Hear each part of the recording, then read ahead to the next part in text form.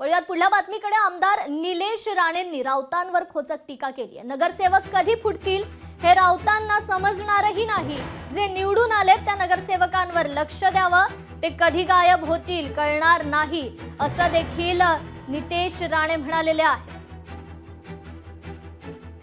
संजय राऊत साहेबांना कदाचित त्यांचेच नगरसेवक कधी फुटतील हे कळणार सुद्धा नाही, म्हणून स्वतःच्या नगरसेवकांवर त्यांनी अगोदर लक्ष द्यावं। जे काय आलेत चुकून निवडून त्यांच्या पक्षातून आणि सन्मान्य राजसाहेबांच्या पक्षातून, त्यांचे तर 6 आलेत, ते कधी गायब होतील कळणार नाही। 2024च्या निवडणुकीमध्ये कुठली शिवसेना डुप्लिकेट आहे हे महाराष्ट्राच्या जनतेने दाखवलेलं आहे। किती जरी हातपाय मारले तरी उभाटाचे, मनसेनेचे महापौर आता होणार नाही। मुंबईकरांनी डुप्लिकेट ठाकरेंना बाजूला ठेवलेलं आहे। आमचं म्हणणं आहे ठाकरेच डुप्लिकेट आहेत, मग त्यांच्याकडे जी सेना राहिली ती डुप्लिकेट आहे। ओरिजिनल फक्त बाळासाहेब ठाकरे।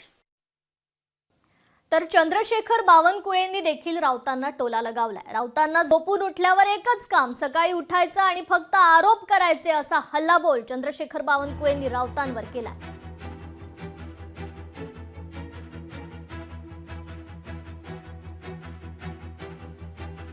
झोपून उठल्यावर त्यांना तेच काम आहे, आरोप करायचा। वस्तुस्थिती अशी आहे की देशातला सर्वात जास्त गुंतवणूक असणारा महाराष्ट्र होतोय आणि महाराष्ट्रामध्ये मागच्या दौऱ्यामध्ये 17,50,000 कोटी रुपयाची जी गुंतवणूक झाली त्यापैकी बऱ्यापैकी एमओयू हे क्रियान्वित झाले आहे। त्यामुळं चांगल्या पद्धतीचं इन्व्हेस्टमेंट आहे, चांगल्या पद्धतीचं डेव्हलपमेंट होते आहे, चांगल्या पद्धतीचं इंडस्ट्री येत आहे।